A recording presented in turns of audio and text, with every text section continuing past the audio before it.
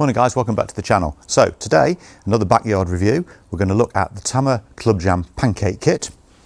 We're going to look at what you get. We're going to look at the additional bags you can buy, see how we can pack it all into one bag. We're going to talk about any mods and upgrades that I've made to it, and crucially we're going to discuss whether or not you can realistically gig it as a professional drummer. So let's go. Right, what do you get? So discard these bags for a minute, although we will talk about these at some length later on. We get a snare drum, a rack tom, which is a 10-inch, a floor tom, which is a 13-inch, I believe. The snare is a 12, and the bass drum is an 18. I think it's 4, as you can see. It's not very deep. And then hardware-wise, I'll bring it over. You get one of Tama's excellent fast clamps.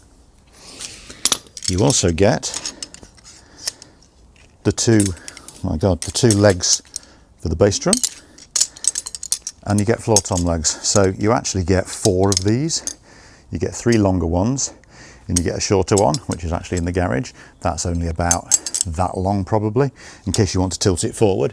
But as you'll see later, frankly for me, because I'm tall, I don't use it. Let's put these bags to one side. As I say, at the end of the video, we'll actually pack it all away. And I'll show you how this works, because when I was buying the kit, I found it difficult to find a video where anybody actually showed you how it packs away.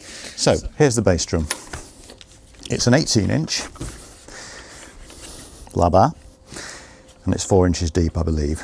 The spurs, as some of you will know, I've had a Club Jam Mini before. No, just a normal Club Jam.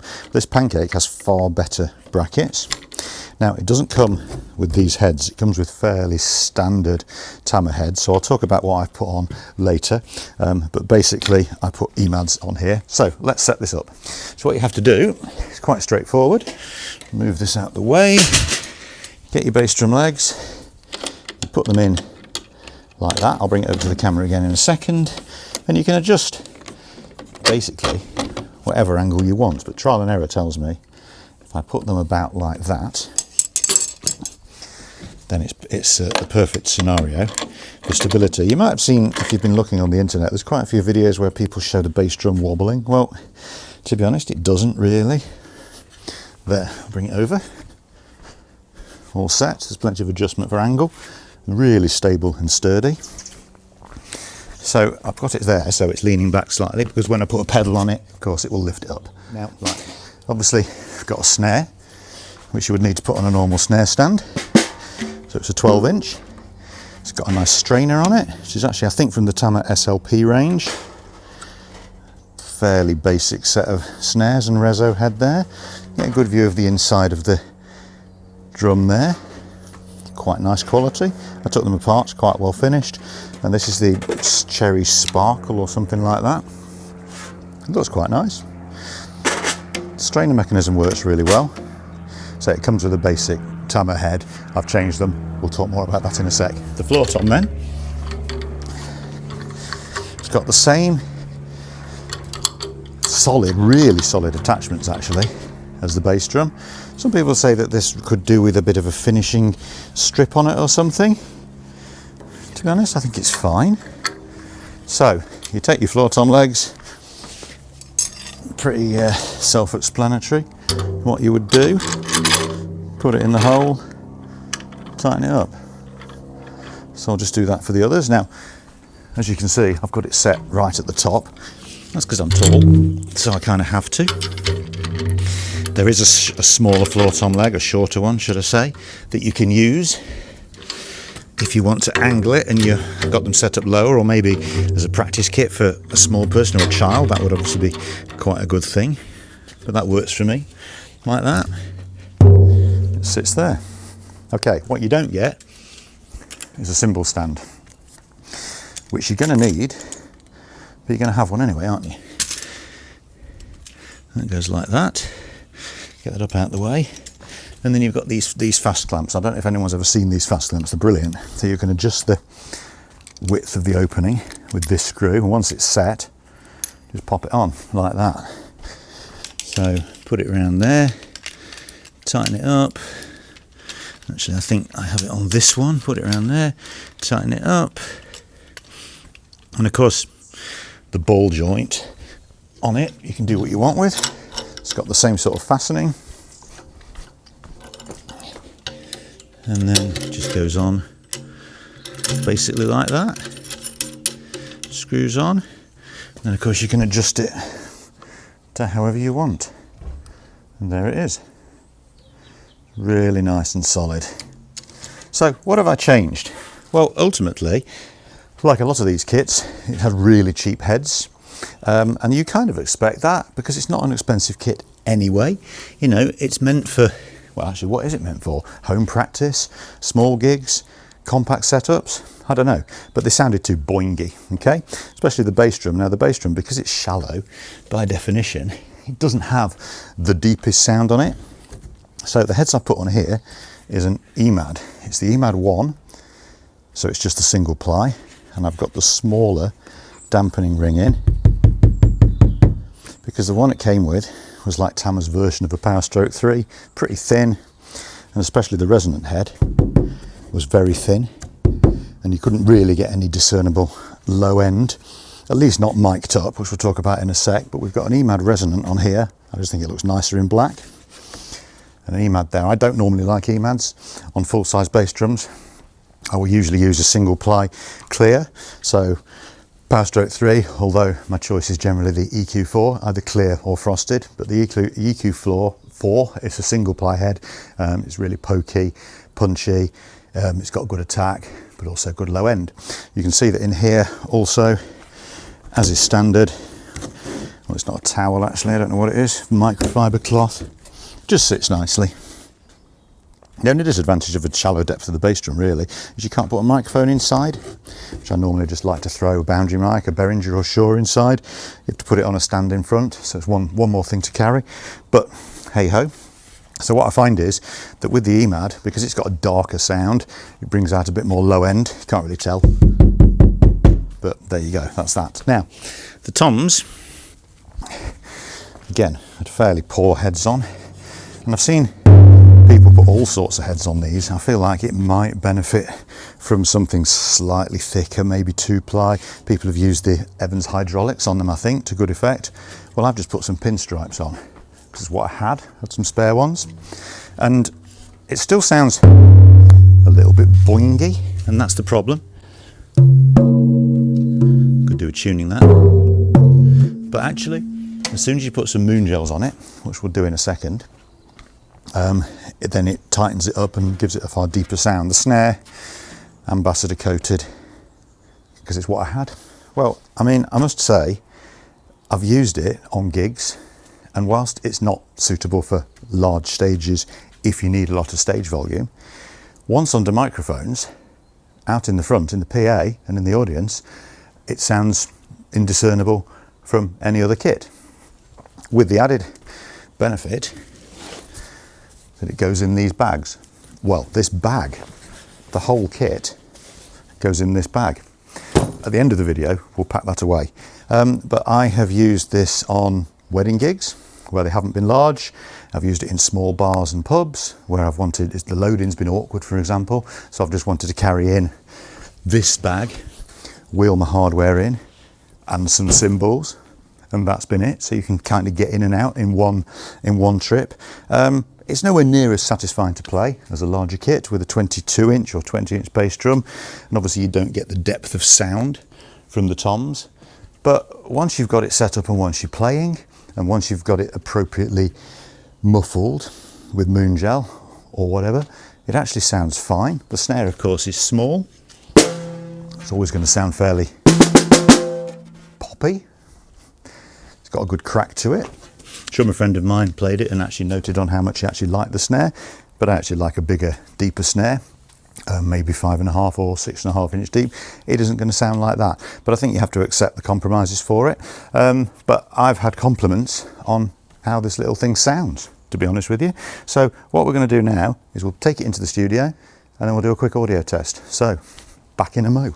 Okay, so here we are in the studio, and there's no muffling.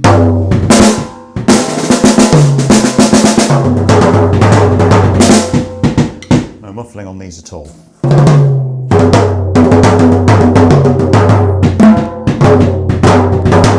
Quite a bit of resonance. They're quite boingy though, aren't they?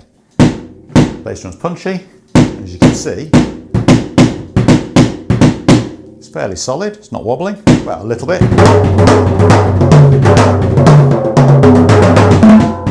I've done a few gigs and it doesn't move, it's rock solid. You might think it's gonna, that was my worry when I got it, but it doesn't. So, snares on.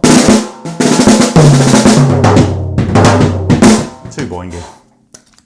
And obviously under microphones that would come across. Incidentally, when I've mic'd it up, I've actually mostly, I think the gigs I've done, I've only put on a mic on the kick, and it sounds great when you mic the kick, actually. It sounds just like a big bass drum, because the EMAD tightens it up,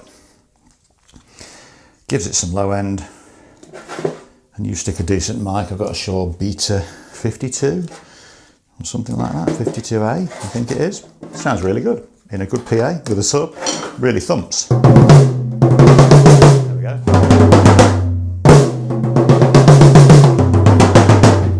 Now that's tightened it up.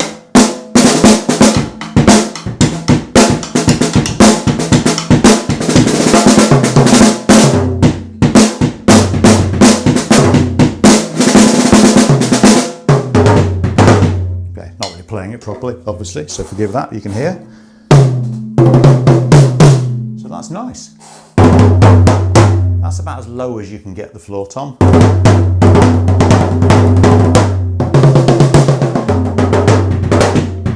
But it's good.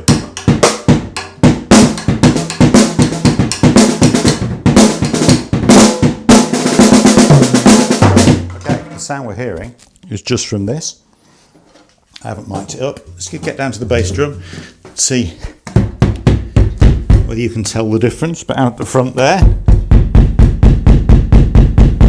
sounds a lot deeper. I have to take my word for it because I'm not micing it up in here, but it's really fun to play.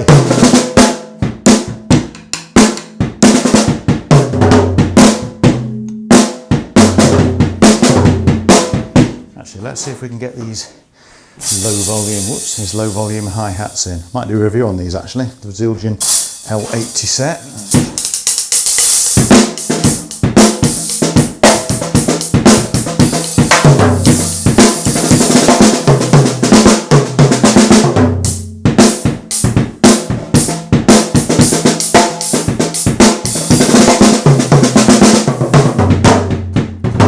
As I say, it's not a playing demo. Otherwise I'd play it better. Demos should be about how it sounds, not me showing off, so don't come at me in the comments. So, one more time, snare. So you could use another Moongel on there. Quite responsive.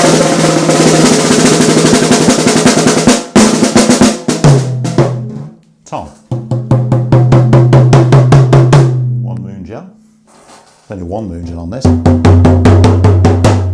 then bass drum. From behind the kit, plenty of attack. In front of the kit and mic'd up, there's more low volume to it.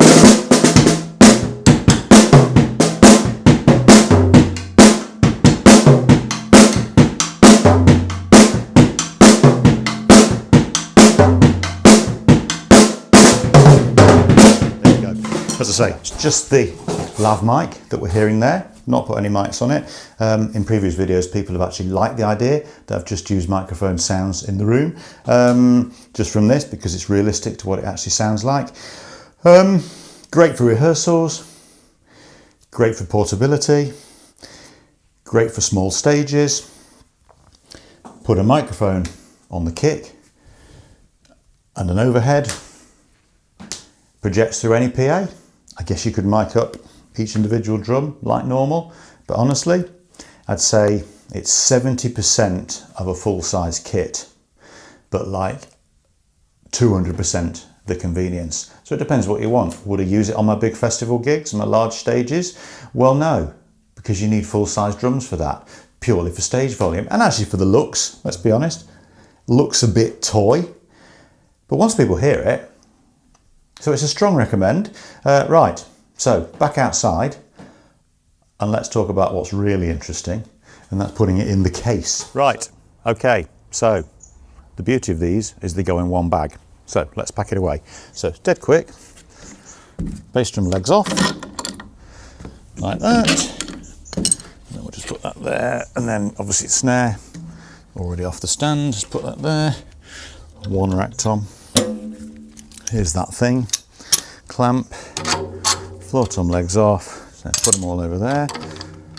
Obviously, as I said, you don't get one of these, but you'd have one anyway, because you need one.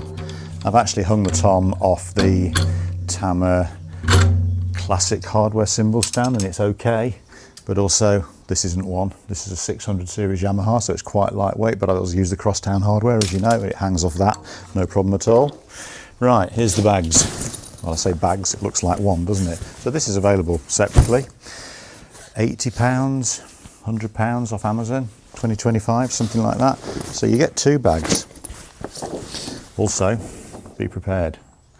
Always take a spare bass drum head. Always take a spare snare drum head. So you get this large bag, which is probably more like the size of a 20-inch bass drum bag, but you'll see why in a minute. You get this disc separator. It's quite thick foam, it's good. You get this scarf type thing, more to be revealed later. And you get this other bag here. Okay, right, so you get your bass drum. Well, actually, I always put my spare bass drum head in first. I've only broken a bass drum head on a gig once, and that was pretty disastrous. It was years ago when I had no finesse. I used to smack the hell out of it. So you'll notice then it's not quite round. Well, it is, but you see these bits here stick out like ears, so you kind of have to put it in sideways, and they slide in. Let me hold it up until you can see. Actually room for them there, perfect. So that sits there, that's the bass drum. The floor tom goes in this bag, like that. And then this scarf thing here, it actually goes inside the floor tom, like that, so that the rack tom can then slot, one-handed, tricky. The rack tom, well, it does do it easily when you do it with 2 hands, slots in there. And then these go in there together like this. And then this disc goes on there to provide padding. And you then put this on there. And then you put the spare one on that. So look, all stand, if you can see that, all stacked together like that in there. One-handed again, which you would never do in real life, so I'm making it look harder than it is. It's actually dead easy. That goes like that, which is a nice surface for the snare to go on. Put the snares off. Now you zip that up. Oh, for God's sake. Zip that up. Easy when you're not being filmed. Zip it up. Like that. Nice quality bags, these. Actually, it's not a massive, well, it's enough padding. They're not protection racket standard, but it's okay. It goes in there.